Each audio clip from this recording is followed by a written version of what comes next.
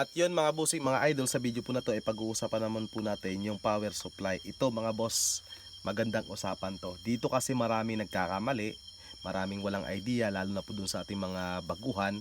At dito po marami rin pong naluluko yung mga nagpo-promote po ng power supply para po sa ating mga amplifier mga boss. Pagpasensyahan nyo naman po ako mga bossing dun po sa ating word na naluloko, kasi ang dami ko po kasi talaga nakikita mga nagpo-promote. Actually ako nagpo-promote din. So marami pa ako nakikita mga nagpo-promote po ng product, especially power supply doon po sa mga amplifier daw, na yun daw yung kanilang gamitin para daw makuha yung capacity.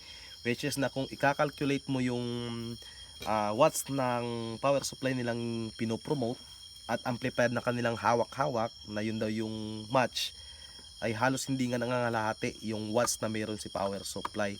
Walang ibang target kundi mabenta lang yung power supply ng binibenta. So dito sa video na ito mga bossing, tuturuan natin kayo kung paano nga ba mag-calculate ng watts na meron ang ating power supply. Marami po kasing power supply na ang gumagamit ay wala pong nakalagay na kung ilang watts po yung pinaka-output. Ang nakalagay po ay amperahe lamang po mga bossing. Pero hindi po tulad ng itong power supply, yung hawak-hawak po natin na nakalagay na po yung amperahe, nakalagay pa po yung wattage po na nilalabas. So mostly po ang marami ako nakikita, kasi tulad po nito mga bossing, ito po ay 12 volts 2 ampere 2 ampere po ito, 12 volts po yung power nito.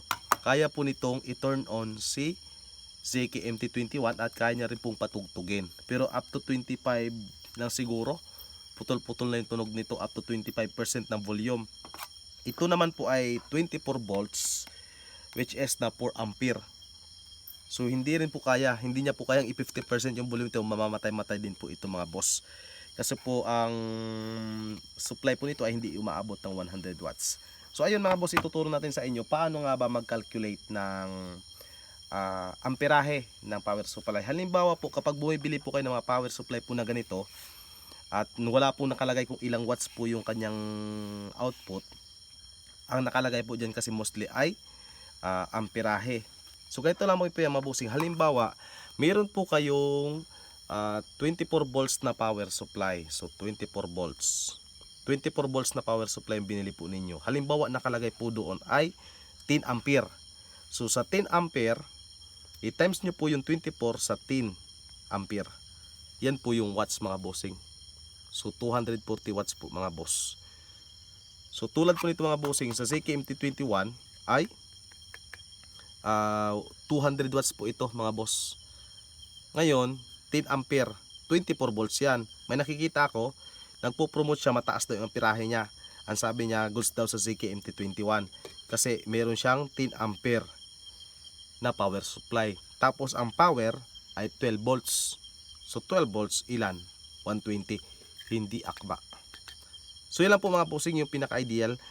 Kung mayroon po kayong power supply na wala po nakalagay kung ilang watts, basta alam nyo po yung voltahe, nakalagay po yan mostly ay ampere. So halimbawa, meron po tayong 12 volts, palagay natin 12 volts. Meron po tayong 15 ampere, 10 ampere nakalagay. So 10 ampere, 120 watts.